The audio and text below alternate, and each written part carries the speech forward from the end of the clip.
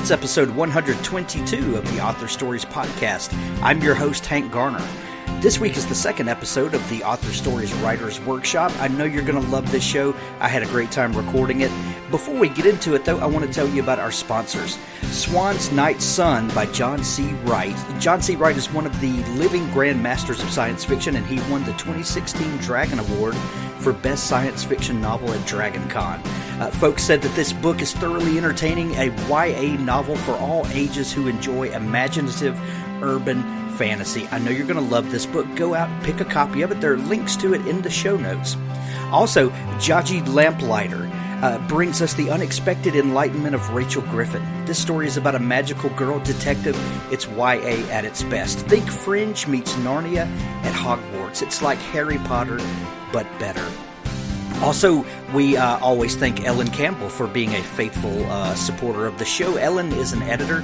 If you are a writer and need someone to help you shape your words into the very best they can be, there's none better than Ellen Campbell. You can find her at ellencampbell.thirdscribe.com, and please let her know that you heard about her on the Author Stories podcast. And when you're there, look at the roster of authors that she's worked with. All of the authors on this show that you're listening to today have been edited by the one and only Ellen Campbell. That's ellencampbell.thirdscribe.com. And then Dave Freer brings us two books this week that he would like to bring to your attention. Tom is a lighthearted and gently satirical fantasy that tells the story of a cat that is turned into a human. It takes all the typical fantasy tropes and turns it on its head. You're going to love this book. It's hilarious. It's lighthearted, and it's really great, entertaining reading. Also, Changeling's Island by Dave Freer, shortlisted this year for the Dragon Award for Best Fantasy, along with Larry Correia and Jim Butcher, and Best YA Book. It's a coming-of-age story full of magic, mystery, creatures of all sorts. It's Changeling's Island by Dave Freer. And then adding this week is B. Brumley with Woe for a Fairy, the first book in the Keepers of New York series. It's a very poetic take on the fairy world. Think City of Angels meets League of Extraordinary Gentlemen, and it's a clean read full of great fantasy, but also free of graphic language and explicit sex. If you're looking for an urban fantasy tale, but you don't want all the stuff that comes with it sometimes, check out Woe for a Fairy, The Keepers of New York, Book 1. It's on sale right now for 99 cents through the end of September, so go pick it up. There's a link to all of these books in the show notes. And please let our sponsors know that you thank them and appreciate them supporting the show. Now on to the Writer's Workshop number 2. Well, thanks for joining me again for another episode of the Author Stories Writers Workshop. Today I am joined by Stefan Bolz and Nick Cole, two writers that I have known just about as long as anybody in this writing and podcasting adventure that I'm on. And I love the format of this show. It's going really great. People are really enjoying what we're doing here. And I like to team up people with different backgrounds, different ways of going about things, and with different stories. I think we get a great interaction when we compare the things that we're good at and the things that we do, and hopefully learn a little bit from each other as we go about it. And I hope you, as the listener, do as well. Welcome to the show, fellas. Hey, how's it going? This is Nick Cole. This is Stefan Bolz. Glad to be here. Excellent. So we're going to begin by having each one of you introduce the book that you're going to be talking about and give us a little bit of background about where the story came from. Stefan, I'm going to let you go first. Okay. So my story is The Three Feathers, which was my first novel. And I chose it because it's so different from Nick Cole's book that I thought, okay, this is a good contrast to his, and two probably completely different approaches. And how it came about was completely out of left field. I hadn't written a complete story yet. I had written some screenplays and poetry and essays and stuff. And I went to a therapy session. And in the therapy session, sometimes we did some sand work, which means there's a sandbox in the therapist's office, and she has a huge shelf with all kinds of figurines, and you basically take, without thinking, a bunch of those figurines. They're like palm trees and trains and soldiers and helicopters and all kinds of stuff. So you just take a bunch and put them in the sandbox, And after that, you look at it and you can kind of see where you are and who other people are in your life, and you can kind of get a sense of where you're at and stuff like that. And this time it was completely nonsense. I had no idea what it was. I forgot about it. The moment I left the therapy session, I already forgot about it. And then 2 days later, I thought, all right, let's just write down what I kind of saw in the sandbox, just for my own sake, because I always wrote down those therapy sessions. And so basically what I saw was this rooster. There was a wolf, a warhorse, a pegasus, a turtle, a frog, a dragon, and then there were 3 feathers pushed to the left, sort of into the sand. And I just wanted to kind of I don't know what I wanted to do really, but I just sat down and wrote, once upon a time, there was a rooster who lived on a farm on the eastern shore. And I started and I wrote the first chapter, and then it started from there. That was my awesome backstory on the 3 feathers. How long did it take for you to work through that book and get to the completion? The first draft, I think, was just under 5 months. It was probably about 4.5 months, which was very fast because I really had I never wrote a book, and it was surprising to me that I finished it. And it kept coming. It was more like discovering the story than I never thought about the next chapter at all. It just basically came. Yeah, 5 months is that's impressive for a seasoned writer. Not to mention someone that this was your first effort at writing long form fiction. So that obviously the story came from a very deep and personal place with you. In writing stories since then, have you had that same sort of deep personal connection with the story? I know we all have pieces of us that go in our stories. But. I know. But I always wait for the shoe to drop, to kind of like everything go away for the whole writing thing to just break off the cliff and disappear into the abyss, and it'll never come up. You know what I mean? So after right. the 3 feathers, which was a gift, it was a complete gift. The second one, the 4th Sage, was much more work involved. It was hard work to get that out. So I never really did this. It never came together as well as in the 3 feathers. There was just a one-time thing that just happened, like a dream. It was almost like a dream that I wrote down. I think it happened after that. I think a lot of our first novels are kind of like that. There's something about it's almost impossible to recapture that initial magic of that first thing. That's really interesting. Okay, well, so we're going to dive more into that in just a few minutes, but let's bring Nick Cole into the conversation. Nick, you're bringing a very different book and coming from a very different situation. This was a later book in your writing career, and that's Ctrl Alt Revolt. Tell us where the idea for that book came from. An intense desire to be rich. So exactly like Stefan. Right. I just seen the new catalog for the Mercedes G63, urban warfare vehicle. And I knew that I needed to get rich. So I wrote this book. No, I had that, with Stefan's books, the first book that I wrote, The Old Man on the Wasteland, very similar. You have, and that book came together quickly too. And sometimes I'll talk to young writers. I talked to a guy last night and he's 10 years in on that first book. And I think that's where a lot of writers, it's important to get something finished. It does get easier every time is what I try to tell people. But jumping back to Ctrl Alt Revolt, this was a I just completed a contract with HarperCollins for 4 other books. I'd finished those. And we were discussing kind of where to go next. And there had been a regime change at the publishing house. The old editor, Diana Gill, left. And then David Pomerico came over from Amazon. And he took charge, and he immediately kind of handed me off to this junior editor, because I think like what most people don't understand is like when a regime change happens at a publishing house, it can be very devastating, because generally that publisher, the head editor is probably going to clean house. And the big people at the house who were there, they're probably going to jump ship. This is their time to jump ship. So it's a very critical time in a publishing house. And I fully expected to get cleaned.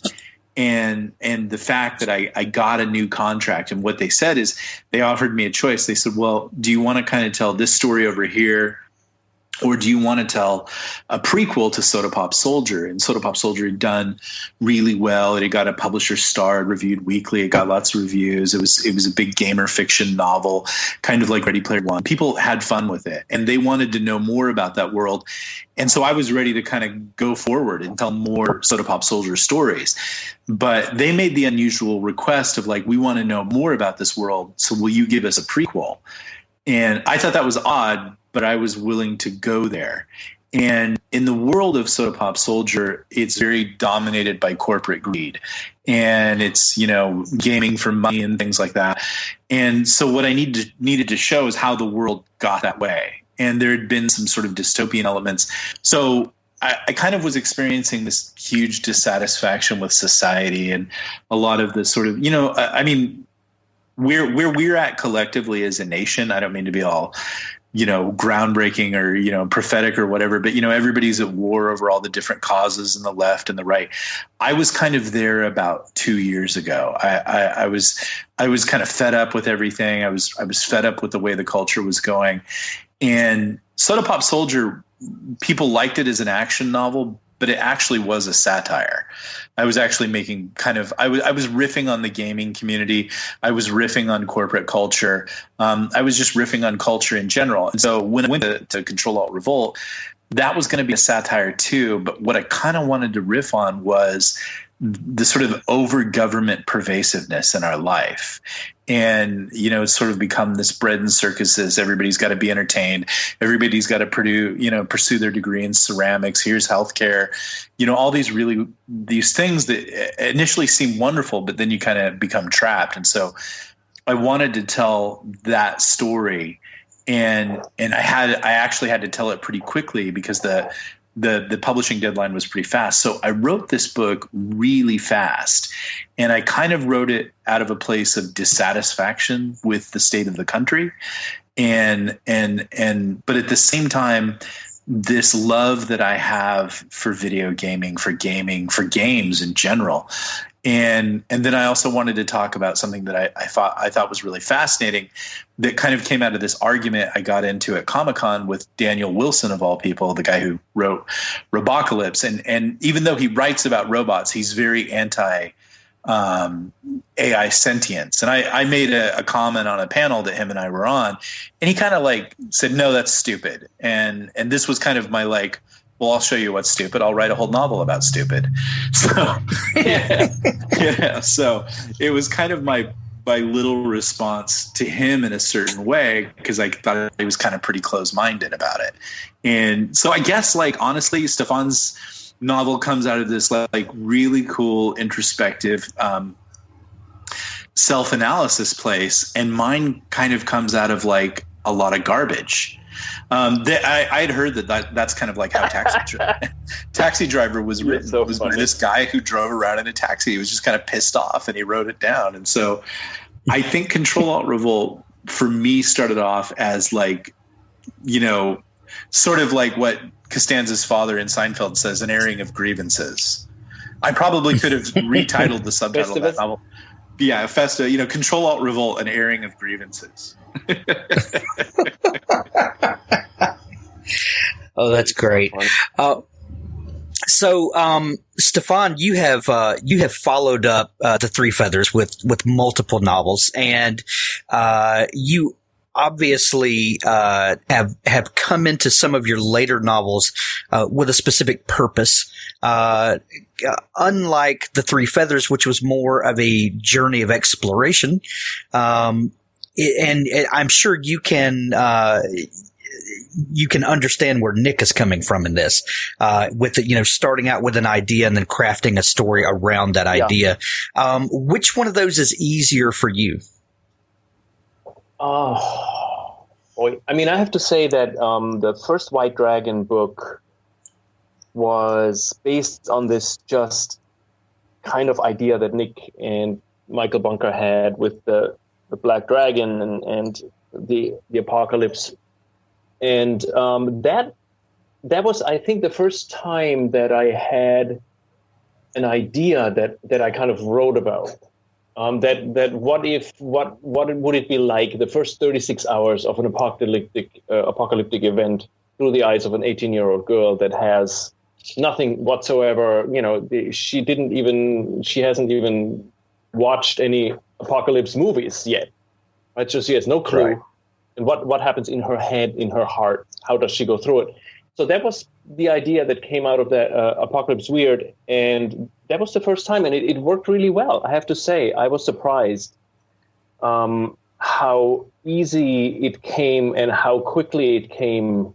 But it was also part of the Apocalypse Weird, which was there was just this, it was this time where our minds, like all of us that were involved, we were so together, and it was just like everybody was inspired and pushing forward and writing and collaborating and talking to each other. It was an amazing time that came out of, but it was an idea that originated. So I don't know. It's really hard for me to tell which one it is. Sometimes I also have to say that in my case, for example, with the Three Feathers, for me, it's landscapes that totally inspire me. Whether that was the White Dragon was basically Google Maps of Long Island, And for example, So I'm on that street, I'm going up the street, and there's a railroad, and all of a sudden this scene comes into my head where during the apocalypse, what would happen with a driving train, and everybody goes blind while the train is driving 50 miles an hour. So all of a sudden that came up, and then I went further up the street, and there was this old sand pit, and then something happened there. So for me, the landscape, the Three Feathers basically is the plots are based on the landscape they're in. And that for me it's so fascinating, and it happens in a lot of my stuff, and I can't even control it, but it's kind of that what brings out that, that majestic, maybe the landscape is just incredibly beautiful, or there's something about it that makes it really, that brings out an emotion in the writer. I mean, to jump in, I think you're very John Ford in that respect, in that the landscape becomes a character in the novel. Right. Yes. Yeah. Right. Yeah. And that's and Nick, I'm glad you jumped in. What are there particular things that trigger story for you? Like Stefan is obviously landscapes are very important to him, and very become very visceral and become character. To me, place is a very it almost becomes a character in my books, and sometimes that's landscape, sometimes it's just the underlying culture that makes people in the Deep South different and odd and quirky and kind of fun. What things trigger story in you? I mean, for me, it actually goes almost to like what Stefan was talking about in his therapy session. A lot of my books are that sandbox, in that, like, I start off with one idea that I want to write about, and I guess maybe sometimes I'm unconvinced that will carry the whole story. And so then I pick up a plastic dinosaur, and then I pick up a helicopter, and I start putting all these things in, and then because, and Hank, I've just been writing about Frank all day in this novel. Hank, is an actor and a performer too. And so when you have this improv experience, sometimes you can just put things, on the stage in improv or in a book, and then you can let them play. And then you as a writer, you can kind of stand back and watch. So sometimes what I'm looking for are 2 or 3 elements for them to something that I wanted to talk about with Ctrl Alt Revolt is that it's a novel of a bunch of different things, and it's because it's satire.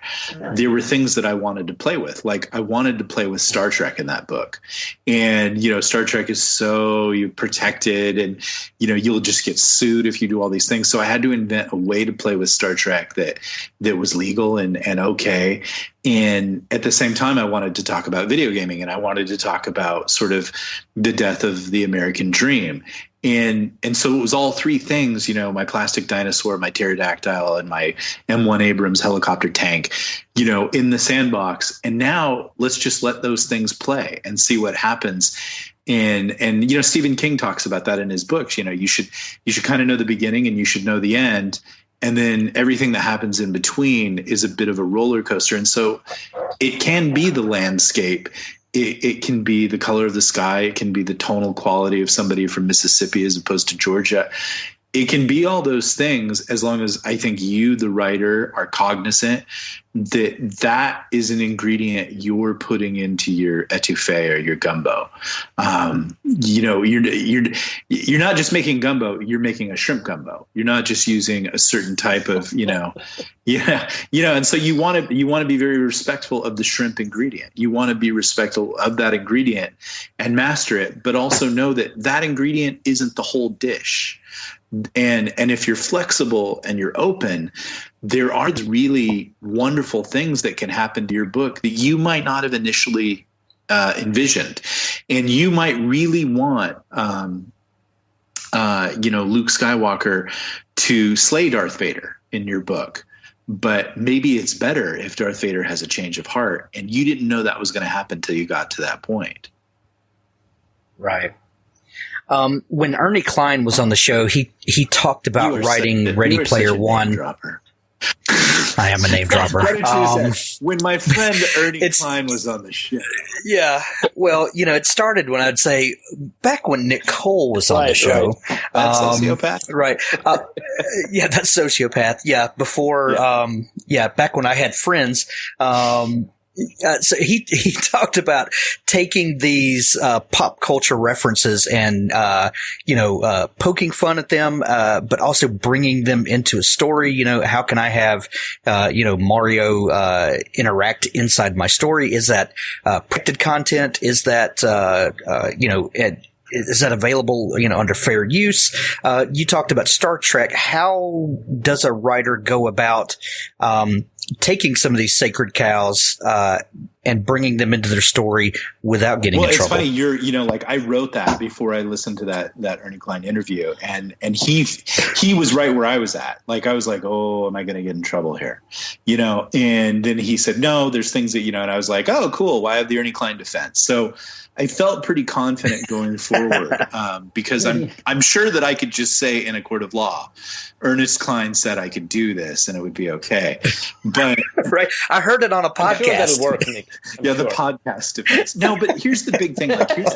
Here's this wacky thing we have going on in science fiction. Everybody's constantly trying to reinvent the wheel, and Jason Ansbach and I are kind of working on a Star Wars project right now, and it's Star Wars. It's totally Star Wars, except it's not Star Wars. But there's light speed, and there's blasters, and there's probably going to be lightsabers, and the alien races, and freighters, and all this kind of stuff, because that stuff is cool. Wait, John's in it? Jason Ansbach. No, you said freighters. I thought you meant John Frater. But everybody in indie science fiction a lot of the times is always trying to reinvent something. But what they really want to write about is Star Trek or Star Wars. That's just using the space opera stuff. So why not just go ahead and just write it? You don't have to, reinvent whole new names and, because it gets really convoluted when when you're trying to come up for a different word for lightsaber. Lucas hasn't, copyrighted lightsaber. You could probably use it. I don't know. Or you could just work around it. But so many people get bogged down and distracted by trying to reinvent something that's already working. And the greatest writer of all time, Shakespeare, did this. He literally ripped everybody off and did it better. And so if you can do it better, it's not really ripping it off, it's improving upon. But how I did it with Star Trek is I'm not writing about Star Trek, the TV series, or Star Trek, the world, or any canon characters from Picard to Kirk. I'm not writing about any of those things. I'm just writing about a video game where Star Trek has been the basis for the intellectual property, the creation of it. And so there are these things called Constitution class cruisers, and there are captains. These are things that Star Trek can't copyright. They're just general concepts that are out there. And so, I'm not writing about canon characters, and I'm not writing about, intellectual property, but I'm also writing about it within the framework of the game, just as, Ernie Klein was able to use, the Back to the Future DeLorean and Dungeons and Dragons and things like that. We can go in there. I think writers a lot of the time are deathly afraid to get near any kind of intellectual property and talk about it. And I think, especially with the way intellectual property is being treated on the internet right now, I think you have a lot of license to go in there. You can't verbatim rip stuff off, and you can't talk about canon stuff. But sure, you can play with Star Destroyers. There's nothing stopping you from doing that. Gotcha. Yeah. Stefan, you mentioned a minute ago this kind of glorious time a couple of years ago when a lot of us were involved in this massive project together, and we got to play in this big sandbox together. And there was something very transformative that happens when you get a group of people with a singular mind, a singular focus, all kind of exploring new territory, but all anchored back to the same place. And many great books came out of that, and some great relationships came out of that, and some good stuff was done there. Talk a little bit about the creative process when it is shared or maybe inspired by others. That sort of we talked a lot about the yes and right. Kind of concept of I'll take something and I'll add something to it, and then this other person takes the thing I added to it and they add to it, and it becomes its own entity, and we all get to create inside that. What is group creation like for you? I don't even think it's anything specific that I can't recall anything that maybe you and I discussed some things and there were some things were talked about here and there, but I think it's more the spirit of the group that kind of pushes everybody forward. That is the inspiration. This, you hear what this person does, and then it I don't know, I can't really explain what it is, but I feel like it's the same thing that you tap into when you write a novel on your own, if you can go into this collective unconscious that everybody is kind of in that. And I always have this feeling that we all write stories from the same place for everybody. And if you're in a group setting, I think you're just more connected to that fountain of story that comes out, and it's different for everybody. Obviously my story is different from yours and from Nick's and everybody's, but I think the source is the same. And when we were together in the project, I think that just increased that connection to it, and that let everything kind of flow out more for everybody individually. I don't think, for me, there wasn't anything specific except for the beginning, Nick's announcement with the Black Dragon and all that. Kind of sparked it, but then I think it was that group spirit that pushed it forward like crazy. Yeah. What was going back to the Three Feathers for just a second, because that was a very singular experience that came from this specific event for you that then kind of bred the story out of that. And you were, did you share this story with anyone as you wrote it? Yes, I did. I shared it with Layla. She was 10 at the time, and she read a bunch of chapters. And she was the single person who kept me going, because she made little notes on the side. This is like awesome and, you know, great or whatever. She just did her part in being my first reader and saying, listen, this is great. Just keep going, in her own words as a 10-year-old. You know, that was amazing. So yeah, she was crucial, absolutely crucial for the whole thing, for my whole author career, basically. That's awesome. I have. I share things with my wife as I write, and with my oldest son Ian, and then certain things I share with some of my other kids. But I definitely have those people that I bounce things off of, and they'll tell me if that's just crazy or if I'm onto something, or, you know, sometimes they'll give me a little rope to see if I hang myself. Yeah, exactly. You know, except that one kid you don't like. You never share anything with him. I never share anything with him. Yeah, that's he doesn't listen to this, so it's fine. Well, he's in the basement. I mean, to be fair, he's never seen the light of day. That's right. Nick, what about you? This Ctrl Alt Revolt came from a very different place from your first book, The Old Man in the Wasteland. How did your writing process change after getting your first novel out, and then seeing a topic and saying, you know, I would like to satirize this? That comes from a very different place than your first book came from. Tell us just a little bit about your growth as a writer. Yeah, I mean, I think the first novel I ever wrote was actually a satire, and that was actually Fight the Rooster, and that sat with an agent and never got published. I just actually published it this summer on my own. But the first novel that I wrote and got published and got out there on the internet was The Old Man in the Wasteland. And that was much more of a meditative process, but I saw, you know, what was going on. That was in 2011. That was the beginning of the whole indie explosion. And I was reading Conrad's blog every day and just kind of figuring out how to do this and what to do.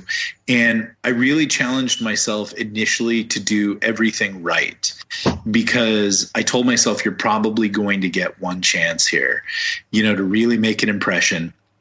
So do good on editing, really polish it to that fever pitch and get it perfect.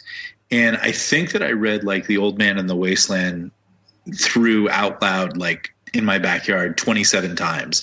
Like as an audiobook, I performed it out loud in character 27 times to like, I at that time, I didn't even know you could hire editors like David Gatewood or Ellen Campbell. I just figured you kind of had to do it all yourself. And then hopefully Big Pub came and picked you up and then they edited it for you. So I did a pretty good job, though. Through all 27 times, I managed to misspell the word decision, but that's just life. Yeah. When I came to Ctrl Alt Revolt, I contracted, like, okay, I'll write this book and I'll turn it in 6 months. And I wrote 2 chapters and I didn't write anything else because I was busy doing other things. And then like about a month before it was due, I'm not kidding, I started writing. And I was writing everywhere. I was writing in the car. I was writing, you know, like for hours on end. I was just writing. And I would say that it was not like my super best. My standard really when I write anything is to go back to The Old Man in the Wasteland and to get it, you know, that amount of times through.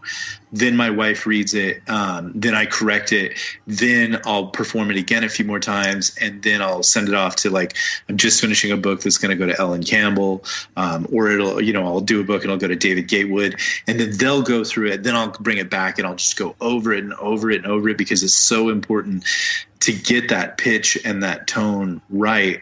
But with Ctrl Alt Revolt, I was really under like a super extreme deadline, but I had big publishing and they were going to edit it.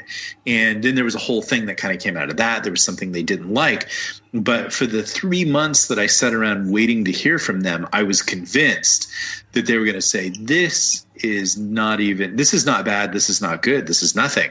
I kind of just, I was like, cause I knew I didn't do my super best job on it.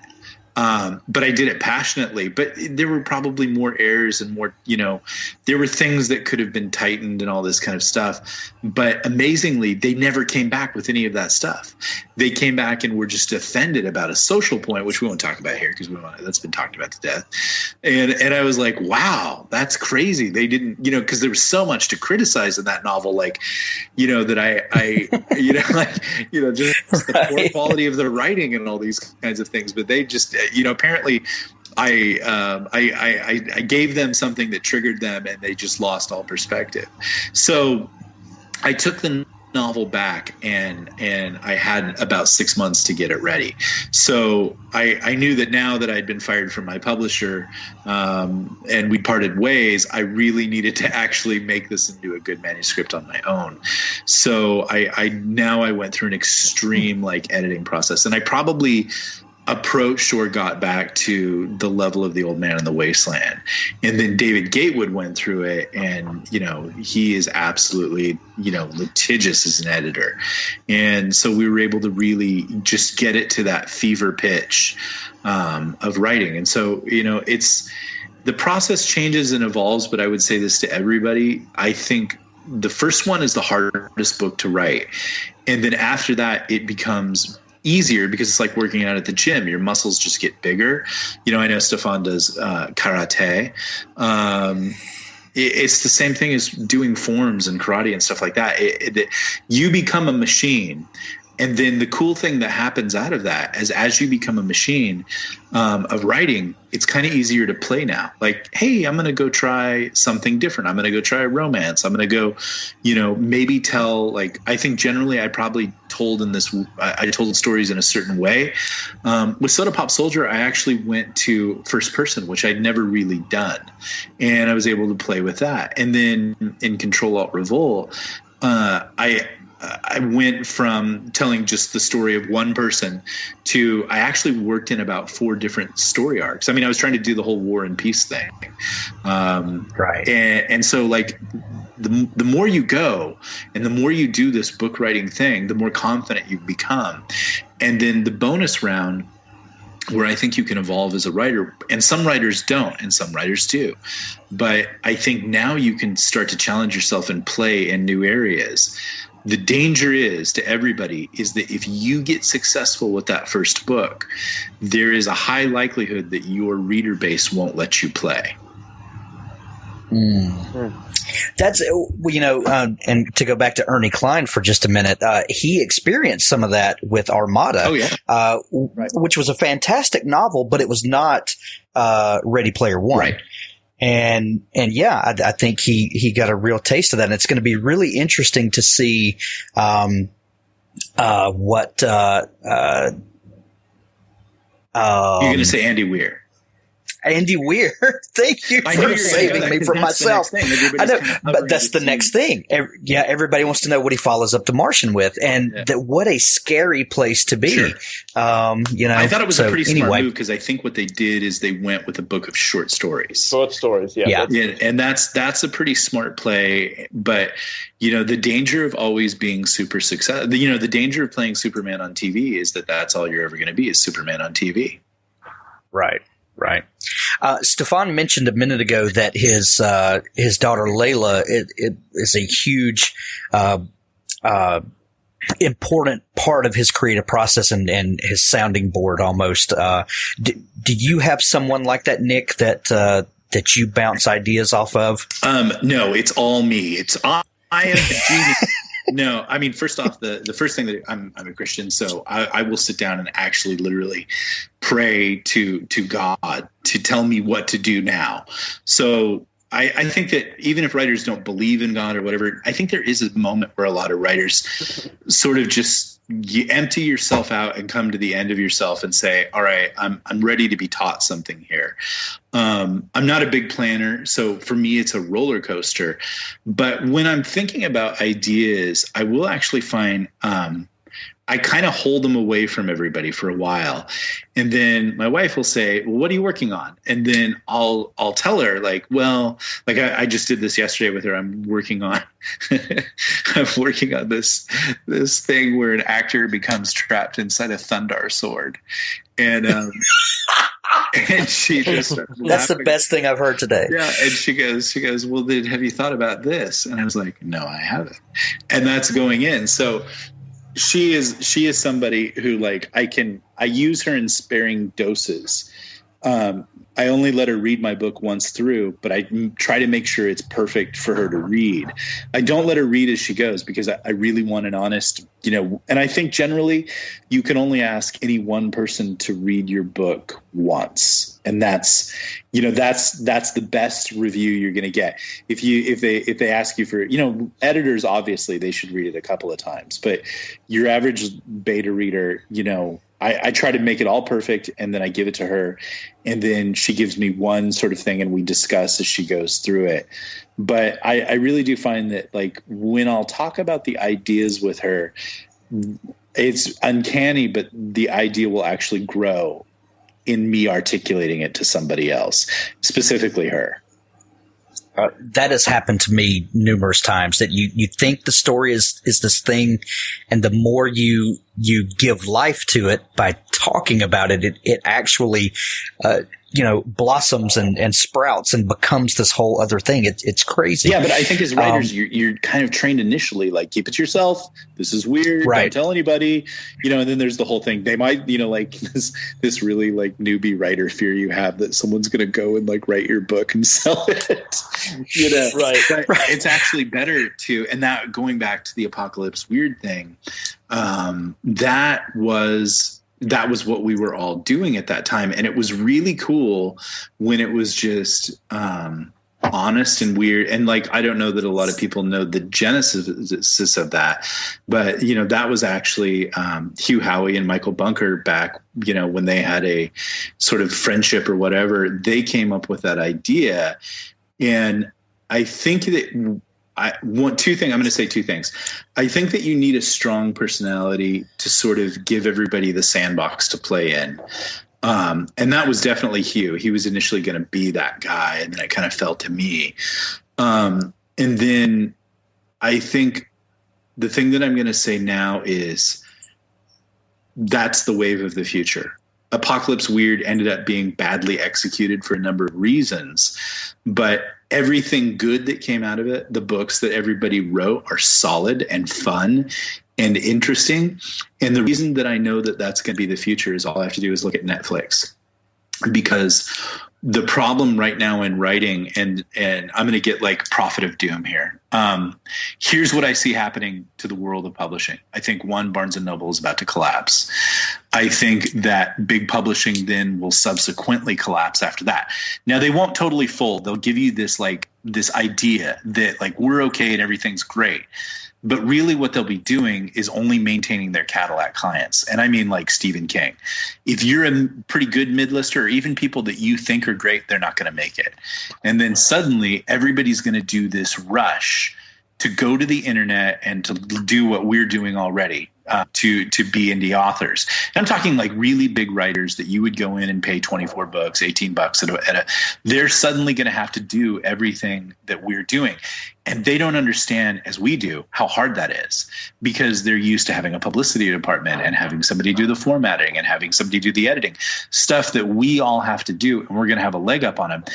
And the thing that you really learn from the indie movement is that when you get a hit, when you get some people who really dig your stuff, the next thing that you have to do is pump out content. Right. And you got to do it fast. And they're not used to that. They're used to like John Scalzi wallowing around for a year or two, for a book that everybody's waiting to read, and you're not producing. Well, that's not going to work in the indie world. That's, if you look at the Hugh Howey example, you got to pump stuff out. And you have this window, and readers are drug addicts. And so you got to become a content machine. So I think what we did at Apocalypse Weird, I'm starting to see other people doing it successfully, and it's great. And I think it's wonderful. There are some things, like I would warn people about, but the content machine that a band of writers can become if the social media system is in place and the email capture and the fan base is being respected and constantly having content pumped out, I think that's actually the collective, I think, is the future. I think as big pub dies, small presses will increase, and also writer collectives who are willing to say, hey, let's build Star Wars. Let's tell stories here. Let's make sure we get a book a month out. And all of us will kind of profit as we're able to keep all our readers kind of engaged while, you know, one of us publishes, the other four are working on novels to support the concept. And sort of, you know what I mean? Like that will help the content machine kind of go. That's what we initially envisioned with Apocalypse Weird. It's pretty rough to do, but I think there are a lot of smart kids who can do it now. I agree. And I see that more and more as I do weekly author interviews. I've talked to several big name the people that have only ever been traditionally published, and they are they're having to admit that indie publishing is a valid thing, and I've asked a couple of them, if you had to start over tomorrow, how would you do it? And I think they all are seeing that, I think I probably would indie publish, so it's it.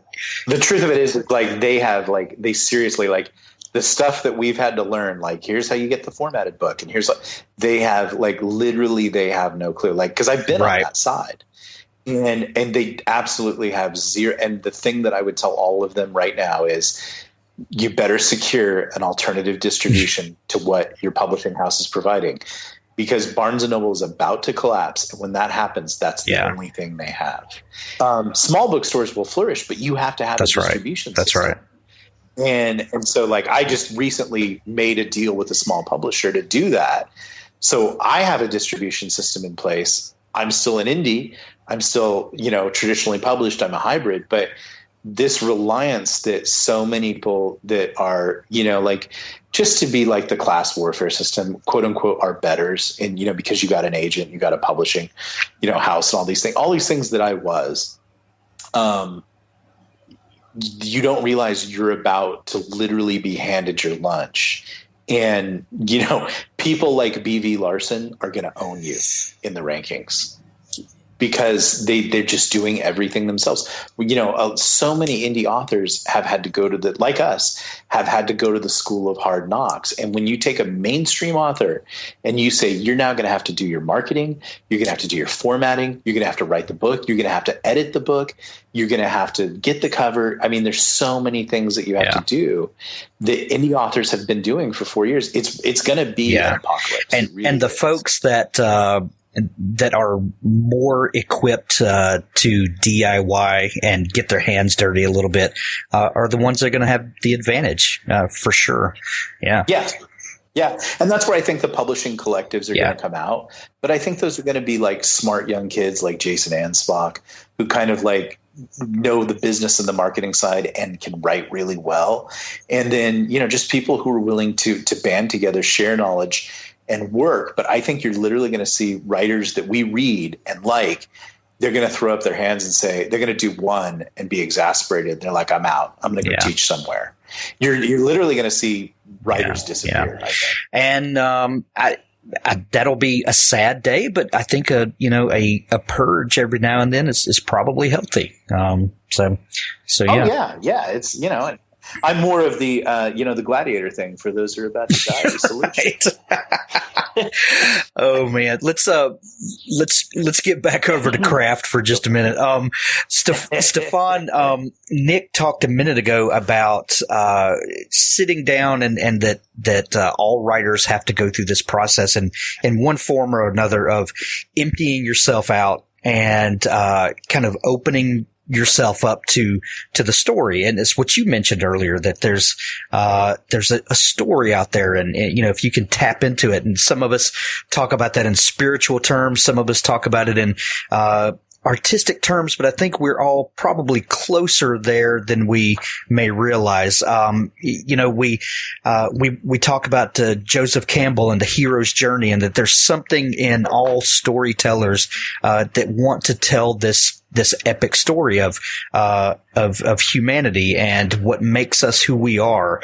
I know you are a big proponent of that. Talk just a little bit about your story, The Three Feathers, is actually a fable, and it's about like farmyard animals, but it's one of the most human stories ever that includes no humans. Tell us a little bit about just how you use these different items to tell the story that we're all trying to tap into. Yeah. No idea. You're welcome. And credits. No, really, it is. Tell us your entire belief system. Go. No, I mean, the good thing with The Three Feathers is that you can kind of frame ideas in a very innocent way that I would never be able to write the same story with humans, because it would sound ridiculous, I think. It is because it's the animals that is very unpretentious and kind of fresh, that you can look at an idea that comes out of the mouth of an animal with much less preconceived notions than you can if a human says it. So I think that's a big concept. And the other thing is that comes to mind is when I go to schools and do readings. We talk a lot about the hero, the unlikely hero. You know, we have a lot of unlikely heroes. Superman, when he isn't Superman, when he's just Clark Kent, working as a reporter in a newspaper, he's a very unlikely hero until he changes. So the rooster, Joshua in The Three Feathers, is a very unlikely hero. He isn't even a likable. You know, he's likable, but a rooster in itself is not likable. But he is so honest and so powerful in his yearning for, you know, this quest for this quest and question. Like, there must be more to life than what I can see in my immediate surroundings, in my experience, right? There must be more. And that's why he starts out on his journey that is much, much bigger than himself, and that he makes friendships and in the end reaches his goal. But this goal was not something that he could even begin to understand in the beginning of his journey. There was just this yearning and this longing for something more than this very limited self that he was. And I think that is with a lot of us that, you know, have this yearning. It comes out in many, many ways. I think drug addiction, for example, is one massive yearning for that part of us that we can't reach, and we try to do it with any means possible. So, you know, I have completely forgotten what your question was, but I was just talking on about the journey. Yeah, and about telling these stories that connect with our humanity, and even using odd characters that are not human to touch that human part of each of us. Yeah, right. So when I started The Three Feathers, there was this quote that Joshua said. It's never said in the book, but it's kind of the very first chapter, and it's in the beginning of the book. It says, "The goal of the journey is neither the journey itself nor its end. It is but the companions we collect on the way."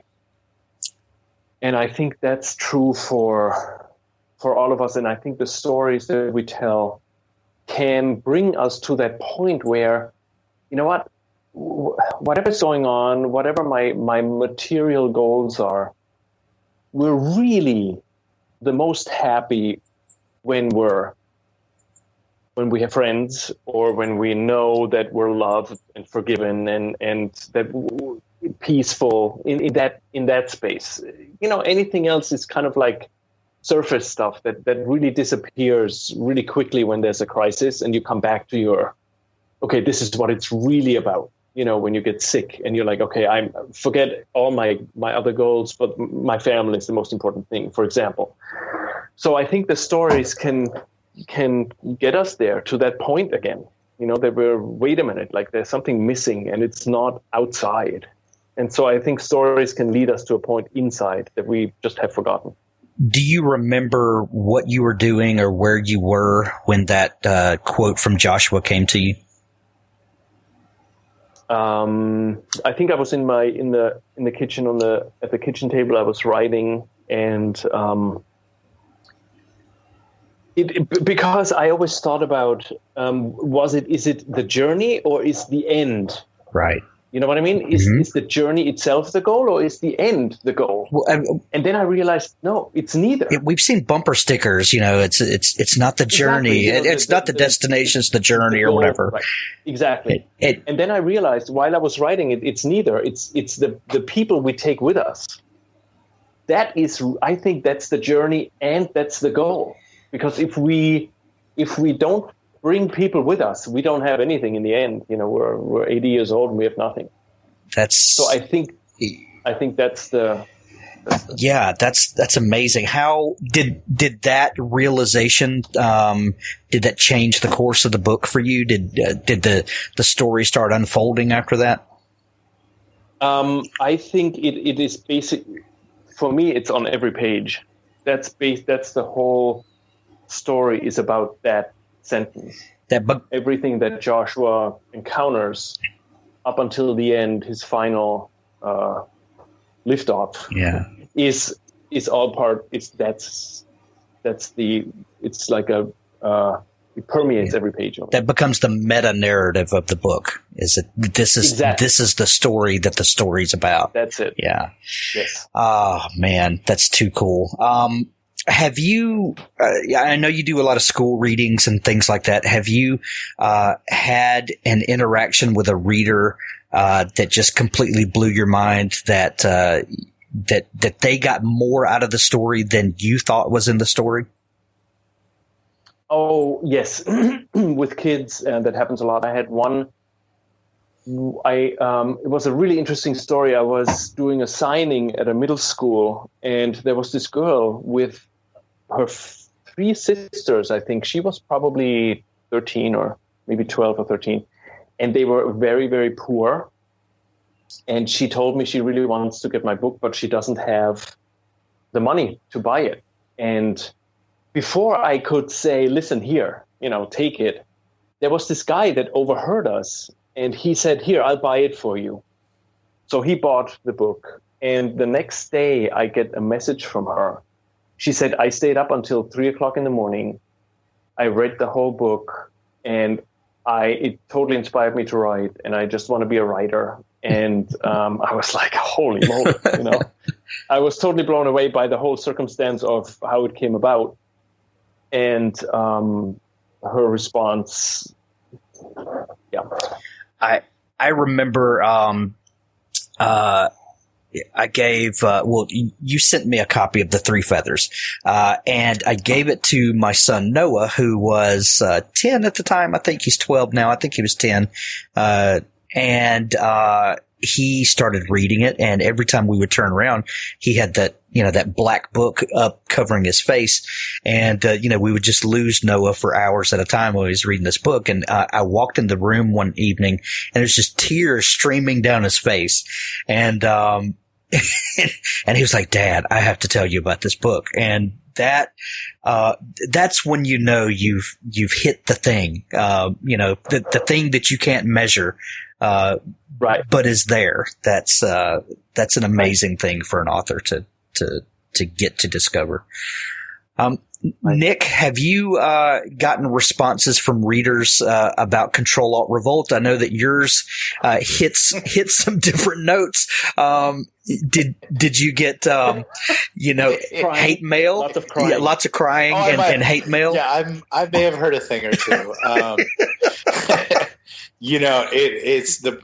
I had those experiences with my first book, and I was so grateful. Like, I'd get guys writing me from Iraq, or Afghanistan. And when a soldier writes you a letter and says, I'm out here and this book made me want to keep doing this. Wow. You know, because it's about a journey in the desert. There's no words. You're just like, I'm nobody. You're awesome. You know, it's when you have those moments. And there was, you know, one of the things that hit me in The Old Man in the Wasteland, this guy wrote this review and he's like, I was reading this book on the bus and I started crying and I had to run home and tell my wife, and I was crying while I told her. Those are the best moments in writing. Like there's literally no award that you can win or no amount of sales that you just don't go to bed that night thinking like, yeah, you know, like, and Stefan's absolutely right that, you know, it is, there's so much about touching, you know, the act of writing is a solitary act, but you're really writing for the tribe. You know, you're writing for the campfire that night when everybody's afraid of the darkness, and you're going to stand up around the fire and you're going to say, listen, everybody, I'm going to tell you this story and we won't be afraid and we'll be together and we'll learn something, right. But I've got to tell it winningly. And that's really what the act, even though we're very solitary creatures, you know, even though we're Ents, you know, even though we're Gandalf, we still have to come to the hobbits and do fireworks for him because Gandalf needed those hobbits. Right. He needed those dwarves, and that's what the writer is. We are Gandalf. So, no, turning to Ctrl Alt Revolt, that launched under controversy. So I got first off, I got all these angry people who were really happy, because there is this huge, there's this huge group of people that are very angry about the state of science fiction, and those people are known as the sad puppies, and they're also known as the rabbit puppies too. And many people misunderstand them. They think that they're a bunch of like right-wing conservative people who hate everybody. They're not. Actually, there's a lot of, I even got like total lefties and like just people who are sort of dissatisfied with agenda driven storytelling, but they're not right-wing people. They're just pissed off. And when you listen to their arguments and why they're pissed off, it's totally valid.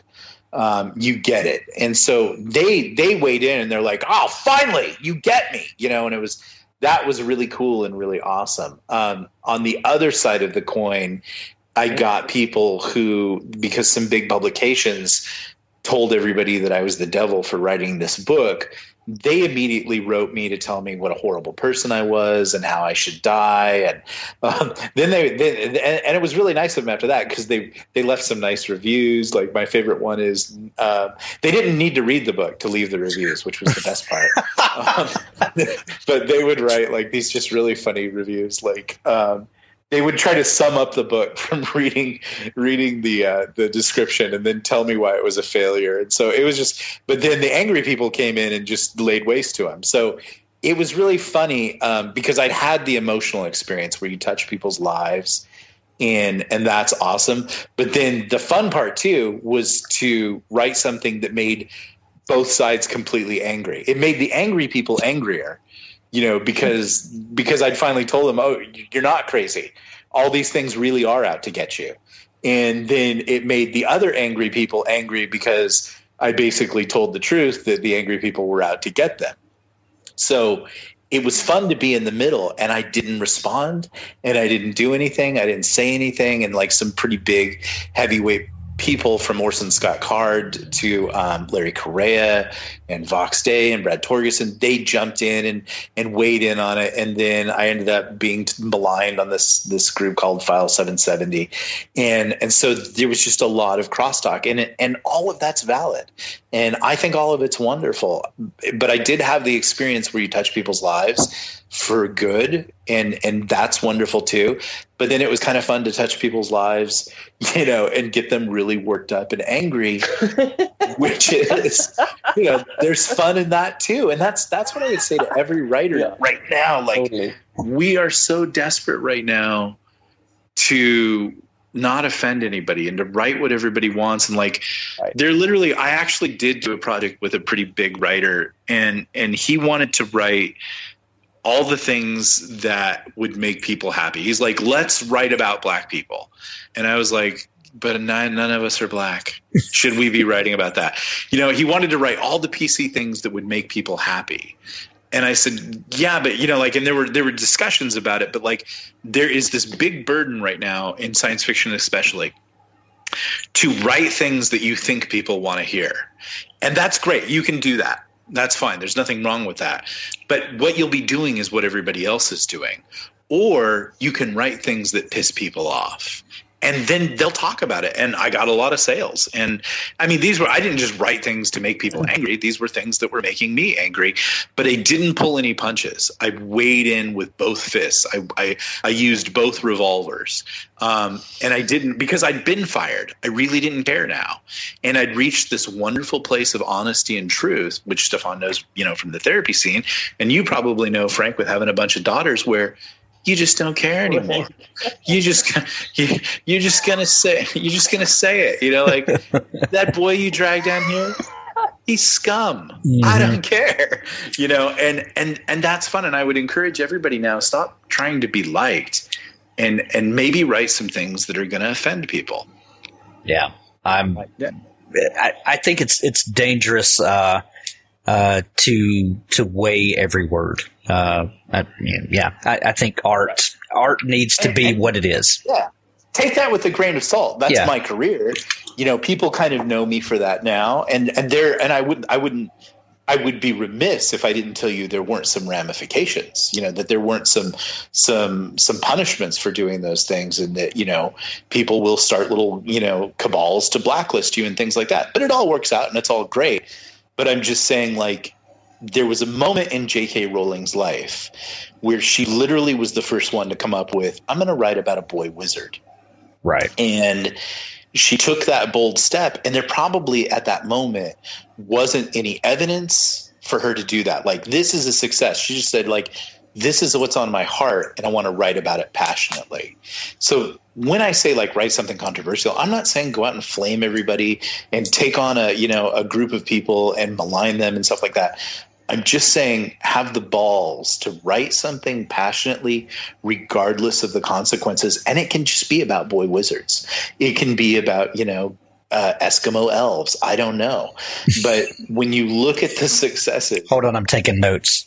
Yeah, Eskimo elves, go with it. But when you look at the successes, they were usually the people who had the gumption to go ahead and write about something passionately, even though there might be some ramifications, as in with J.K. Rowling. If we went back and looked at the trends and the analytics at the time, boy wizards probably weren't on anybody's list. And right. She approached a publisher and said, I have a boy wizard thing. And someone said, this is pretty brilliant. I don't know. Let's try. But they didn't know it was a hit until it became a hit. They just had faith that maybe this would work. And I see so much in indie fiction that a lot of the times we're all watching, well, who's doing what's right? And let's do that too. Well, then you're never going to do it. Like you might want to write The Martian now, but Andy, we already did that. And so your success will just sort of be less than. Right. I would say to everybody, find what you're passionate about, even if it's controversial, even if it's going to get a group of people to blacklist you or hate your guts, and just write it. And then you'll be the person that wrote the thing, and that'll probably work out. Yeah. I think that's good advice. I want to end each of these podcasts on a proactive note, and I would like, since this podcast is about craft and about the actual doing of the writing, I would like each one of you to give a writing prompt to our audience, just an idea, something to spark something as an exercise for all of the writers out there to maybe look at a story in a different way, and who knows, we may birth the next great thing. So either one of you, if you've got an idea for a writing prompt that you would like to throw out to the audience, go ahead. I definitely have one. Okay. Did you know about this question in advance? Is that why you have one? No, I didn't, but I was. That's like cheating. Are you guys against me? Is this some cabal? What? The problem with doing what I do is everything is a conspiracy now. Everybody's out there. It is. Okay, so that's one of the drawbacks. Okay, go ahead with your supposedly just off the cuff. My unrehearsed exercise that I've just came up with. So imagine you go into an elevator You don't go up, you go down, and it counts down from 10. You see the individual floors. So you see 10, 9, 8, 7, 6, 5, 4, 3, 2, 1, 0. The door opens. What do you see? Go. I love it. That's great. I love it too. I had a story unfold in my mind as you were doing that. Right. So don't even think about, whatever. Just the door opens and go. Right. Start writing. Excellent. What about you, Nick? Do you have an idea you could swing Nick. out there? Yeah. Not to put you on the spot or anything. Do you have gas in that flamethrower? I don't think Nick has a spot. I've got a spot. My prompt would actually be, I would say that you are at Disneyland with your best friend and the world is ending in the sky above you. How do you get out of town? How do you survive, and do you survive? Oh. Excellent. Cool. Those are nice. Both great writing prompts. I will add those to the show notes of the show. Nick, your website is nickcolebooks.com. Is that right? Yes. And Stefan, your website, is it still the3feathers.com? No, it's stefanbolz.thirdscribe.com. It's hot abs 6-pack 99. 99. And you can find him on Twitter, Camaro Guy 87. The Night Rider. Thank you guys both for taking time out to come on and share a little writing wisdom with us. I really appreciate it. You guys both have been very influential in my writing in one way or another, and I just wanted to say thank you to both of you for coming on the show and for just being friends. Thank you. Yeah, the same. All that reciprocated to you. I think sometimes when I'm writing things, I do think to myself, honestly, would Hank Garner like this? You should. You should. As a matter of fact, I need to send you a new wallet photo for you to tack above your computer. So I'll get on that. I apologize that I've neglected that. Is it more cheesecake? Oh, it's more cheesecake. All right. Beefcake. Thank you. But, yeah. Thanks, guys. Thanks.